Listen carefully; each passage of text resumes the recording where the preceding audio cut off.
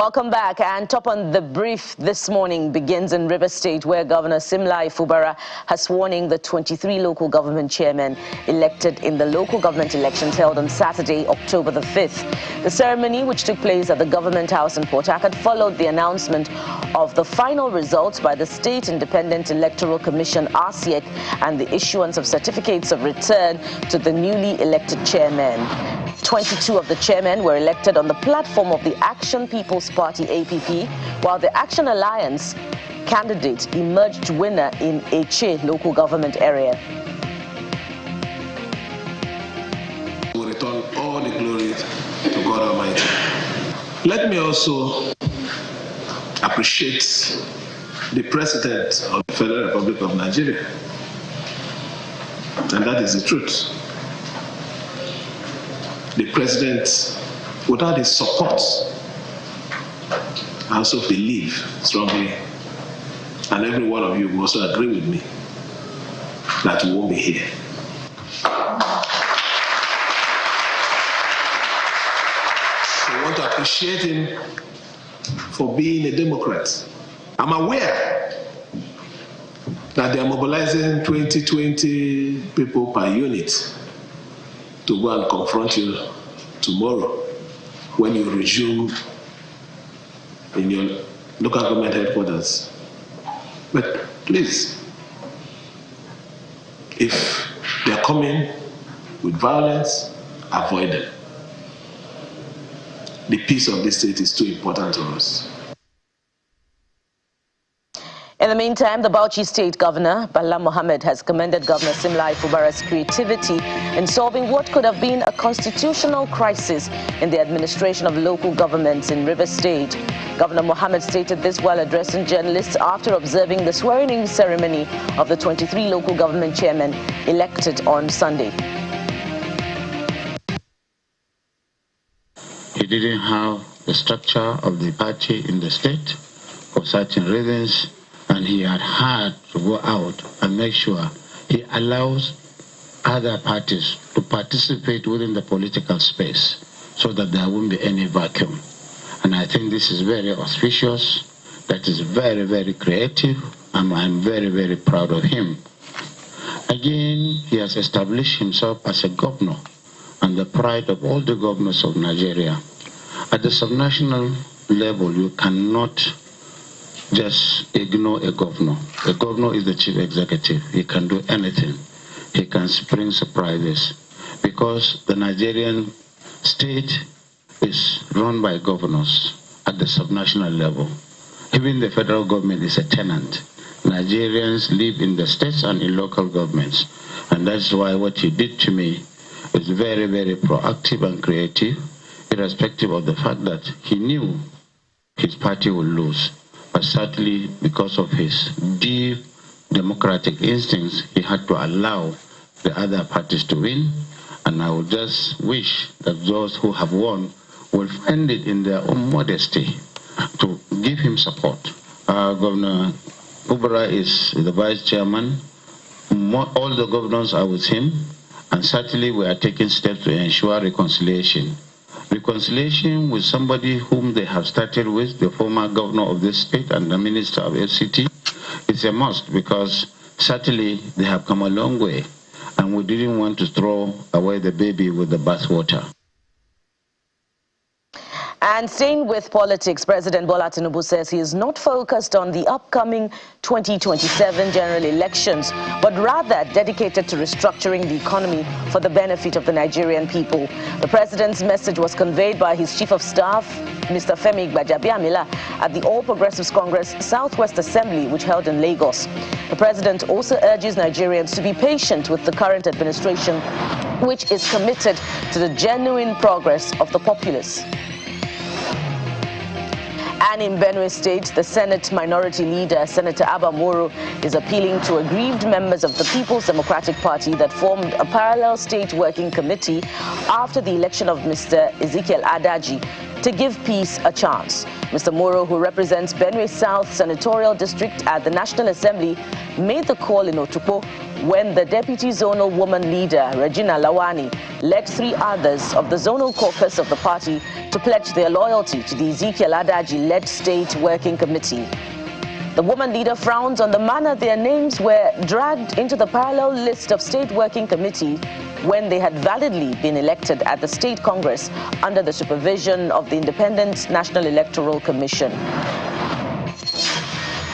Away from politics to security now, barely a few days after the killing of an APC chieftain by armed bandits in Suru local government area of Kebbi State, the bandits have struck again, killing 1 person and abducting the district head of Kanya in Donko, Wasagu local government area of the state. Apart from the district head, Alhaji Isa Daya, 7 others were abducted while the attack left 3 persons injured, and they are now reportedly receiving treatment at the hospital. The Kebbi State Police Public Relations Officer SP Nafui Abubakar, who confirmed the attack, says a combined security team led by the police have launched a manhunt for the abductors of the monarch and the other abducted persons. And still with security, the Enugu state government has demolished another property associated with kidnapping activities in the Amebo Oweli autonomous community of Agu local government area. This follows similar actions taken in August when the government demolished properties linked to kidnapping in Ogbeke Nike and Nkubo Nike, both located in Enugu East local government area, where a cache of arms and ammunition were also recovered.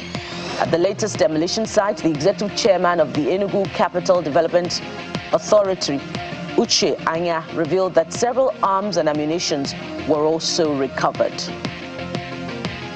The property you see us taking down right now is a place where a horrendous criminal activity happened.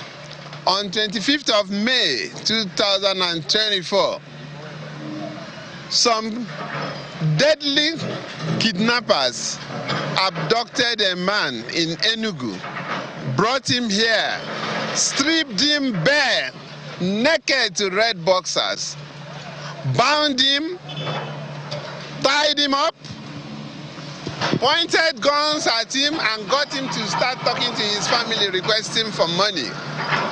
They held him down, but to the glory of God and dexterity of Governor Peter Mba, who is giving his all to security,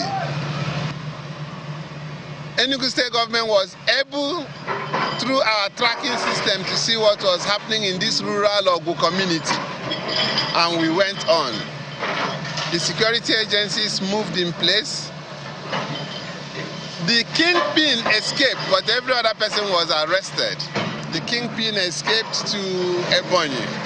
The Enugu State government tracked him to Ebonyi. He escaped to Lagos.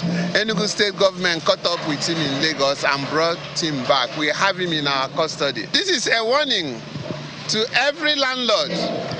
Enugu State government will never accept as an excuse, I am in Australia, I am in America, my brother-in-law took people here, every landlord, once you put up a house in Enugu, we hold you responsible for any criminality that happens in your property. And to environmental issues now, the Hydrocarbon Pollution Remediation Project, HYPREP, is assuring that the Center of Excellence and Environmental Research Center under construction in Ogoni land will be completed in 2025. This assurance is coming from HYPREP's project coordinator, Nenibarini Zabi, at the quarterly meeting with the people of Ogoni, which held in Port Harcourt, the River State capital.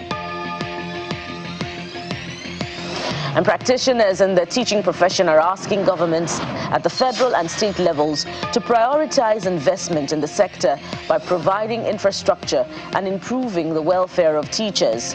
The teachers made their position known as Nigeria joins the rest of the world to mark this year's World Teachers' Day at a special event in Abuja, the nation's capital. October 5 every year was established by the United Nations in 1994 to celebrate the World Teachers' Day and raise awareness on the challenges that teachers face, including inadequate resources, low remuneration, and limited time for personal development.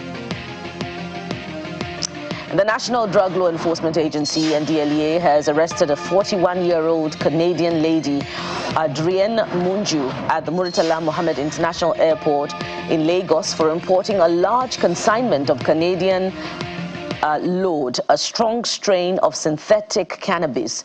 A statement signed by the Director of Media and Advocacy of the agency, Mr. Femi Babafemi, says the suspect was arrested during the inward clearance of passengers on KLM airline flight from Canada at the Terminal 1 of the Lagos Airport on Thursday, October the 3rd, 2024. The statement adds that during a joint examination of the 3 bags belonging to Ms. Munju, who was coming to Nigeria for the first time, 74 parcels of the illicit substance weighing 35.20 kilograms stuffed in 2 of her 3 bags were found. In her statement, the suspect claimed she was recruited to traffic the consignment through an online platform for 10,000 Canadian dollars upon successful delivery in Lagos. She said she took the offer because she needed the money to pay for her ongoing master's degree program in Canada.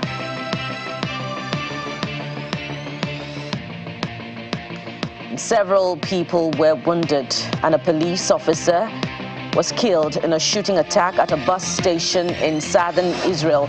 And Israel has issued a fresh evacuation order in southern Lebanon. And last night it carried out strikes on Beirut that was described as being the worst night of attacks. Earlier, the Israeli military said it killed Hezbollah commander Kader Ali Tawil, and Hezbollah has not yet commented.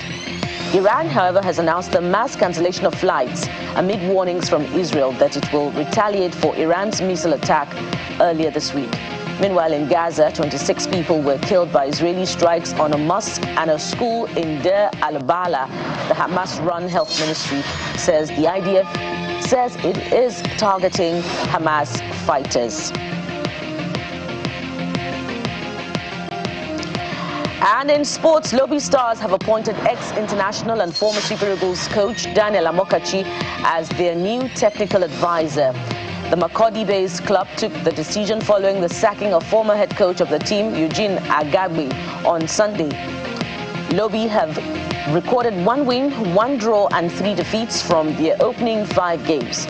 Amokachi joins the Eagles class of 1994, who are currently coaching MPFL teams with Benidi George as coach of Rivers United, Emmanuel Amunike as coach of Heartland FC. And it's the emergence of legendary ex-internationals who are now taking charge in different clubs. We hope that this produces amazing stars in football.